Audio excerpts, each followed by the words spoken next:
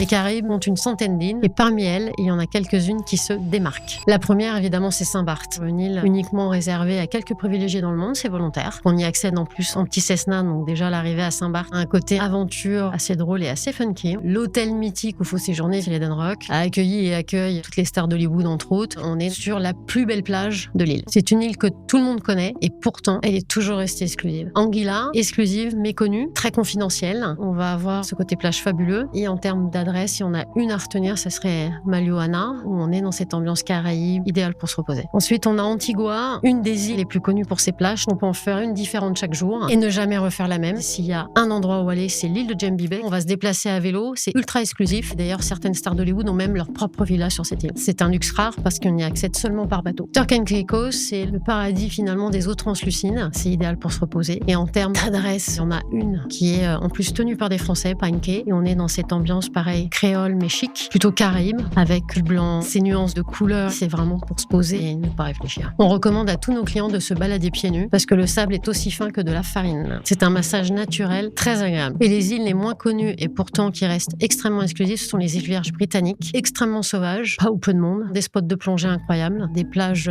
merveilleuses. Ici, c'est réservé à un public beaucoup plus aventurier, mais on ne trouve pas d'autres îles où on peut vivre la même expérience. On a une nature brute sauvage et donc préservée.